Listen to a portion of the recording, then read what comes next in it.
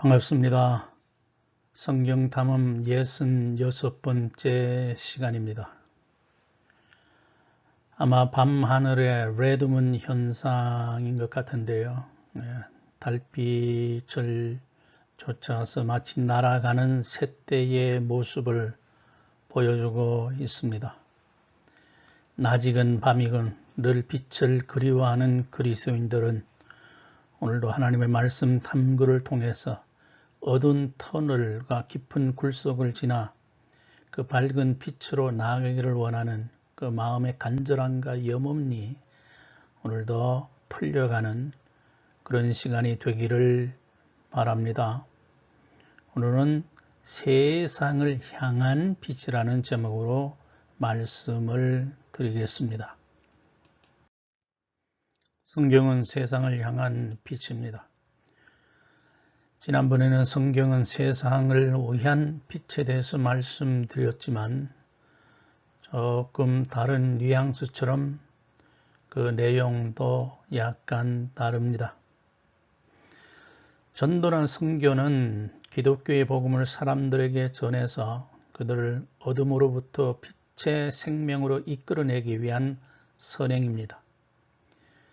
성경이 세상을 위한 말씀으로 주어졌지만 누군가 그것을 세상 사람들에게 알리지 않으면 알 도리가 없습니다. 여기에 전도나 선교의 필요성과 절박성이 존재하는 것이죠. 하나님은 모든 사람이 구원을 하는 지혜에 이르기를 원하시며 구원의 지혜는 오직 성경에만 기록되어 있습니다. 사탄에게도 우선순위라고 하는 것이 존재합니다. 사탄이 하는 일 중에 가장 중요한 것이 바로 세상 사람들로 하여금 복음의 진리를 접하지 못하게끔 하는 것입니다. 성경이 이렇게 증거하고 있습니다. 그 중에 이 세상 신이 믿지 아니하는 자들의 마음을 혼미하게 하여 그리스도의 영광의 복음의 광채가 비치지 못하게 함이니 그리스도는 하나님의 형상이니라. 고린도후서 4장 4절의 말씀입니다. 세상의 악한 통치자요 임금인 사탄이 믿지 않는 자들의 마음을 수건으로 덮듯 가려서 복음의 빛을 아예 차단시켜 버리는 것이죠. 목적 성취를 위해서는 여러 모습으로 얼굴을 바꿔가는 사탄은 그야말로 변장술의 대가입니다. 때로는 우는 사자처럼 협박을 가하고 때로는 광명한 천사로 나타나 유혹합니다.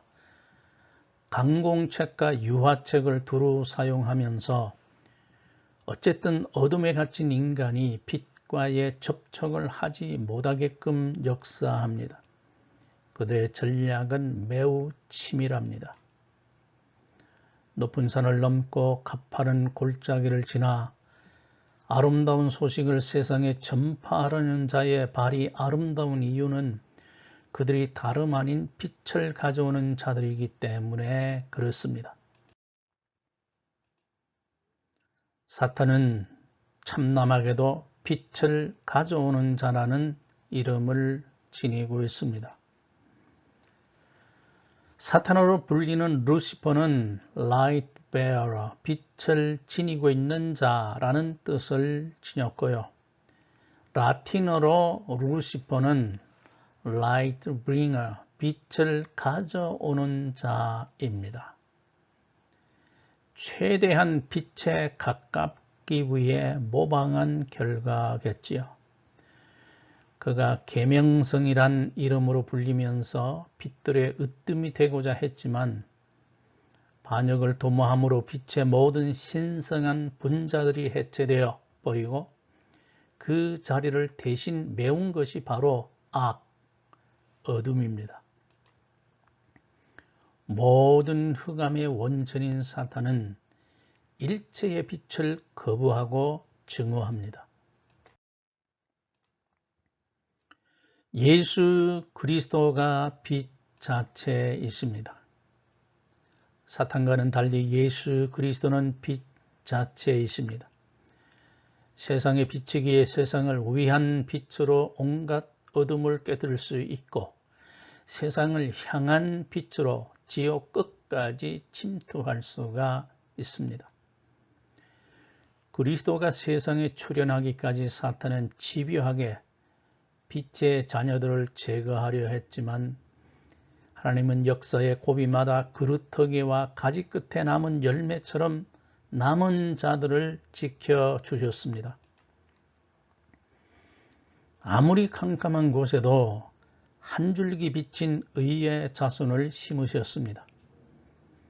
역사의 어두운 골목을 지나며 어둠이 기승을 부리던 광명부재의 현실에서도 하나님은 자신의 영혼의 빛을 간직한 자들을 세워서 빛의 완전한 소멸을 막으셨던 것입니다.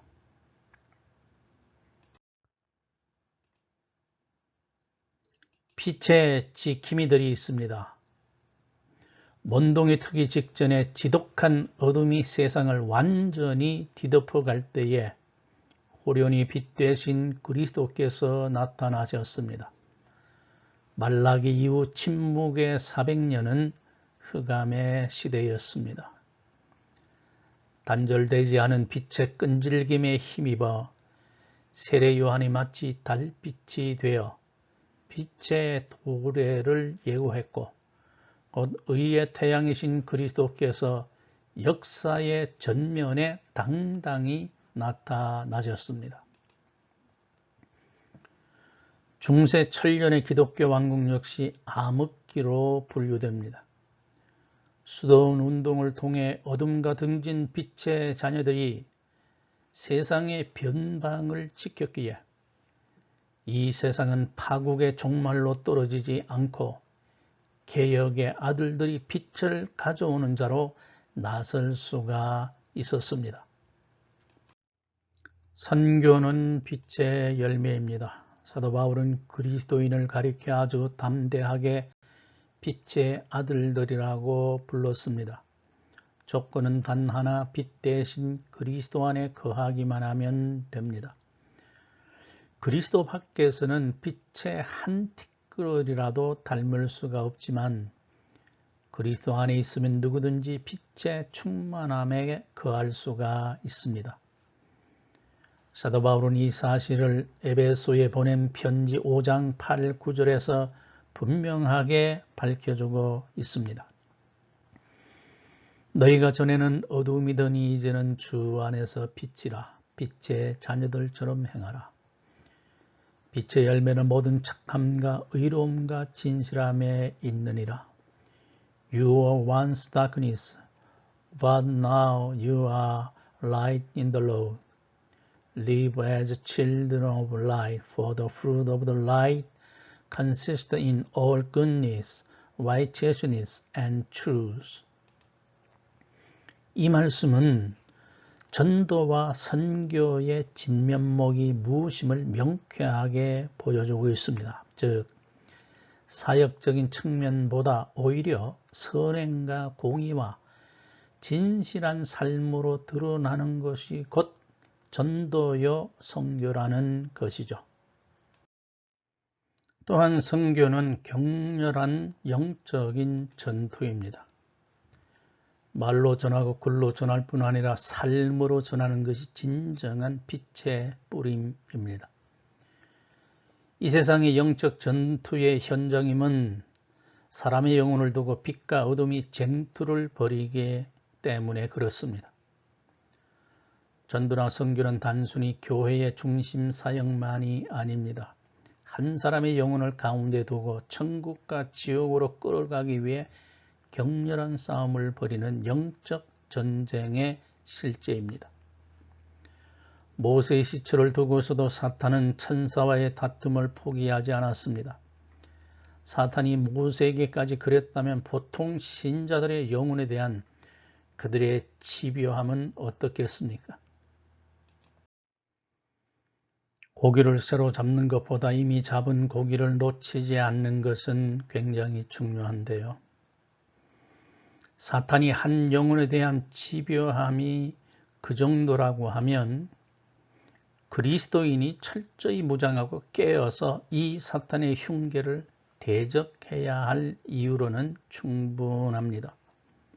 문제는 혼탁한 시대일수록 빛이 아니라 사이비 빛들이 빛을 가장해서 어둠과 묘한 공조체제를 이루어 빛의 세력을 약화시킨다는 사실입니다.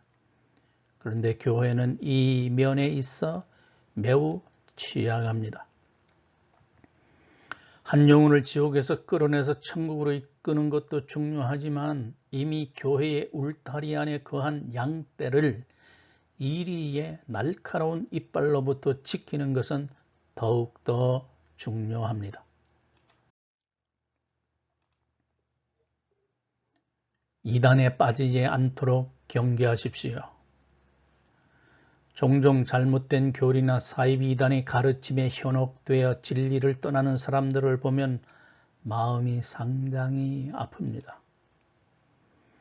아무리 사람들이 바른 교훈을 받지 않고 귀가 가려워서 자기의 사욕을 좇을 스승을 많이 두고 진리에서 돌이켜 허탄한 이야기를 쫓게 됨이 마지막 때의 시대적인 풍조라고 해도 이런 현상은 막을 수 있는 만큼 최대한 막아야 합니다.